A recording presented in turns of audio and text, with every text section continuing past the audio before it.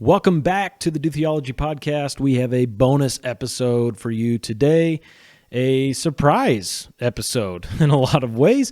It's a quick conversation, but a very dense conversation with Tom Ascol about the future of the Southern Baptist Convention. And this episode is brought to you by West Eden. Go to westeden.co and get yourself 15% off by using code DoTheology15 at checkout. Need to buy some birthday presents, anniversary presents, little nifty gifties here or there. It's never too early to get started on Christmas shopping. Go to westeden.co, get 15% off. Check out the amazing Christian merch they have over there.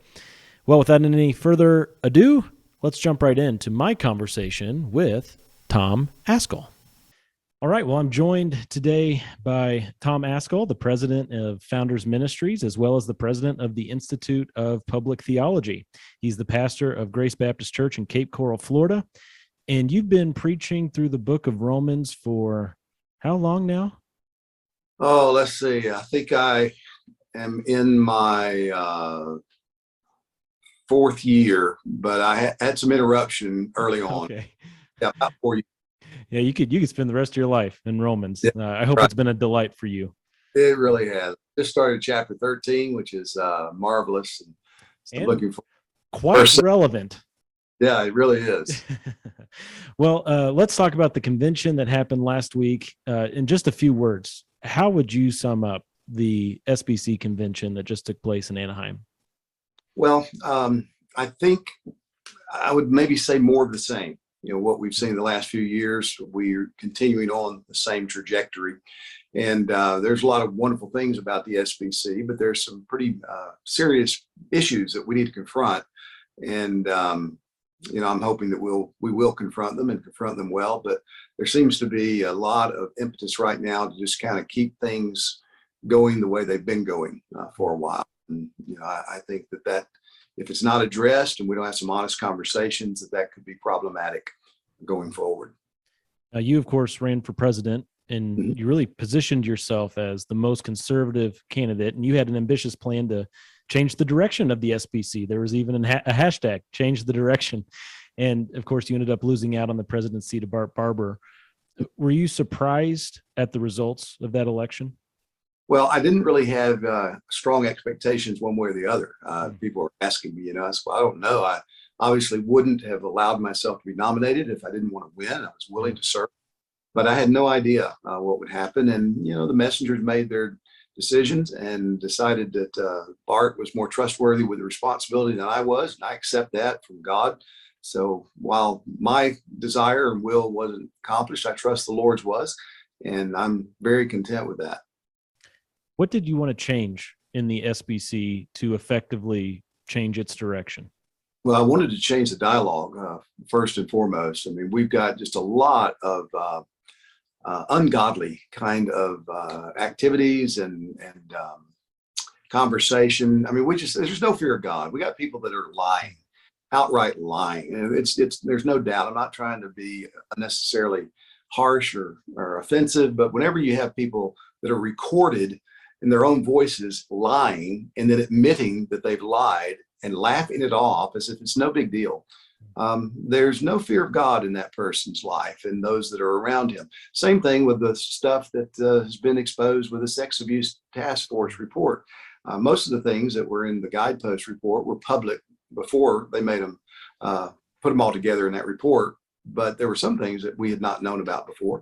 But people don't act like that, and you don't cover up for folks that have been guilty of that kind of sin and crime if you are fearing God. And so my great desire, which is not any kind of official responsibility that the president has, but I just wanted to push a conversation of saying, hey, brothers, sisters, can we talk about the fact that there's a God in heaven and we will all stand before him and give an account one day. And it matters how we carry out business in the churches of Jesus Christ and how we relate to one another and how we unite together for common cause. And so those were things, and some of that's happening. I'm glad for that. I think there's been some good conversations even in the last couple of days, and hopefully there'll be more going forward. But I would have had an opportunity to do more of that as president, but I'm going to continue to talk about those things. Been talking about them for years. So it's not like my personal agenda has changed at all. I'll continue to do what God's called me to do, just in the relationships and responsibilities that He's entrusted to me. Amen. Yeah, you're already president of enough things as it is, aren't you? Now, just in case anyone listening to this is wondering and isn't aware, I mean, I think I might not be fully aware. I have some idea. When you say people have been lying and they're recorded as lying, my mind is going to the Tom Buck issue that's going on right now. Is that what you had in mind, or could you explain that? Not the only thing, but that is certainly significant. I mean, Todd Binkert, who's kind of come out as a hero for caring for sex abuse survivors, just lied straight out to Tom Buck. And it was all recorded in conversations they were having. And Todd tried to deny it, and Tom confronted him on it, and then Tom produced the evidence of it. And the response that he got from Todd was, "Well, if it makes you feel better, I'll apologize." And I'm thinking, seriously? That was it. But it's not just that, but the provost at Southeastern Seminary, Keith Whitfield, lied to his president, to Danny Aiken. And this was also recorded. Everybody knew it was being recorded. But he deceived his president for 2 weeks or so about shenanigans that he was involved with Karen Swallow Pryor. And when Danny asked him about it, he pretended like there was a third party involved until he finally came clean and said, I'm the third party. I'm the guy that went to Karen. So again, what is that? I mean, we all sin. I'm not suggesting that we're not sinners, but people who fear God don't sin very successfully. And we repent when we are confronted with sin. So those are the kinds of things. There's more, but those are probably two of the most verifiable public things. And I don't think we're dealing seriously enough with God. I think God is too inconsequential for us today, in the language of David Wells. Well, then there was the whole Rick Warren kerfuffle. And if I was just to give a real high level overview here, just to set it up, Saddleback Church is a church that's within the Southern Baptist Convention. Last year, they ordained women. Now they are installing a man to replace Rick Warren as lead pastor, and his wife is going to continue being teaching pastor as she is now at their current church. And this led to the Credentials Committee of the Southern Baptist Convention discussing what to do with the church, which led to Rick Warren giving an interesting speech on the floor of the convention, which led to a Washington Post article and one of the SBC seminary's presidents saying that there should be a study on how closely churches should have to follow the doctrinal statement in the first place. So what should happen with Saddleback Church? What should happen here? It seems like it's getting muddier and not clearer. Well, I'll tell you what should have happened is whenever the messengers made the appeal that Saddleback Church was outside the boundaries of the Baptist Faith and Message, which is the confession of the Southern Baptist Convention, the Credentials Committee should have looked at what Saddleback does and did by very famously and celebratorily ordaining 3 women pastors last year, and then read the simple statements in the Baptist Faith and Message, which clearly say that the office of pastor is limited to qualified men, and said, you know what, Saddleback's no longer within the parameters and the borders of our cooperation, and should have just made that known to the convention for a very simple declaration. But they got cold feet for whatever reason. I don't know, but it boiled down to we're not sure what a pastor is. We need to take a year and study what a pastor is. And, it's like we're back at the Supreme Court hearings again, where Supreme Court potential justice says, I don't know what a woman is. These things are not hard. It's just anybody who's an outside observer that doesn't have all of the intricate relationships and background, they just look at that and they say, what in the world is going on? If we can't define what a pastor is, which is what Al Mohler finally got up and said on the floor of the convention. He was a part of the Baptist Faith and Message 2000. He said, there's no doubt what we meant when we used the word pastor. And I spoke to that as well. I'm thinking, why are we debating this? And when Adam Greenway, the other president of Southwestern Seminary, did the motion to amend to say that we need to study how much you have to agree with the Baptist Faith and Message, my recommendation was, let's defeat this proposed amendment, and then let's defeat the recommendation from the Credentials Committee, and let's just do what we say we're going to do and be who we say we're going to be at Southern Baptist. And we did defeat the amendment from Adam Greenway, and I'm glad for that. But then the Credentials Committee rolled it back.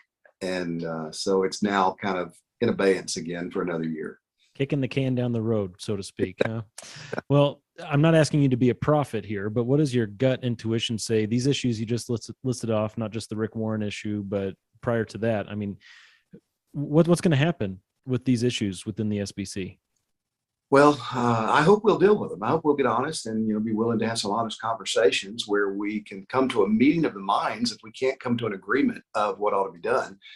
Because not much of that is happening yet. I mean, I've attempted it. Other people have attempted it as well, and just haven't been very successful doing that privately and with people that could make a difference. So I don't know. I had about 200 texts or so Wednesday morning, Tuesday night, Wednesday. Many of them from pastors saying we're gone. We can't stay in the convention any longer. And I get that. I understand that kind of frustration and that sentiment. My counsel has been, brothers and churches, look, this is not the time to make that decision. You might need to make the decision in the next month or two, but give yourself a couple of months to back away, evaluate, pray, and decide, because the Southern Baptist Convention matters. There's a lot of wonderful things in the SBC. And if you're going to stay in the SBC, you ought to stay in it to try to make it better, to try to get it in a healthier direction. And of course, my perspective is that it needs to change direction from the trajectory it's on now. There are other people who disagree with that, obviously, and a majority of them showed up and did not vote for me for president. But if enough Southern Baptists believe that, then we need to unite together to try to change things. And it can change. It really can. But polity-wise, the way that it will change, the only way it can change, is by electing a president who will begin the process. And then it's going to take years for that change to finally come to pass. That's exactly what happened with J.D. Greer. He's effectively, him and Ed Litton, over their 4-year terms, they have instituted quite a bit of change in the SBC. And, if we're content with that, well, that's, I guess, what it'll be for years to come. But those of us that are not content with that think that there are better ways to cooperate together than what we've seen these last 4 years. If enough of us can show up and say, no, we don't want to keep going this way. We would like to see a president who will tap the brakes and say, let's have this conversation. Let's begin to look at things a little more critically and helpfully. Then that can happen too. But it won't happen if you don't show up. You got to show up at the annual business meeting, and you got to stay in the room, and you got to vote. And if you're not going to do that, then I don't know why you want to be Southern Baptist. Well, just like pastors shouldn't quit on Mondays, a church shouldn't quit their denomination the same week of the convention, right? So give yourself a little breathing room. Now, but 2 more questions to wrap up. One is how are you going to know for yourself if the convention's reached a point of being too far gone and it's time for you to leave? How would you ever know if you've reached that point? Yeah, well, I think the women pastor thing would be a deal breaker for our church if the convention were to officially say, it's okay if you ordain women as pastors. Then that's a bridge too far for us. We fought those battles years ago, and we're not going to just roll over and pretend like that's not important. I don't think that's going to happen. It could happen. I mean, I'm not a prophet on this, but all of our elders went to the convention, most of them for the first time. And we met earlier today, and man, some of them are shell-shocked.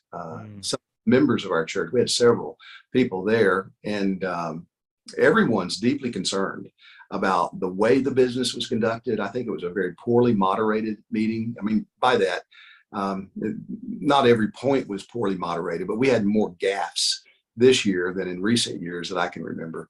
And just the way the messengers were treated again. Last year, they were treated very dismissively. That happened again this year from the ERLC and sometimes from the moderator of the platform. So I think all of that has been like a slap in the face to many of our members. And a lot more of our folks watched it online as well. So it'll be a congregational decision for us to consider. But I don't think we're there yet. I mean, we want to see the SBC do better. We want to cooperate with the IMB report and seeing those missionaries being sent to different nations of the world. And that's why we're in it. I mean, that's what most Southern Baptists think of when you think of cooperating in the community So our church will make that decision, but we're not looking for a line in the sand so much. That might happen. I mean, we have them, obviously, women pastors being one of them, but it'll be more trajectory. And in terms of if I genuinely believe that if most Southern Baptist churches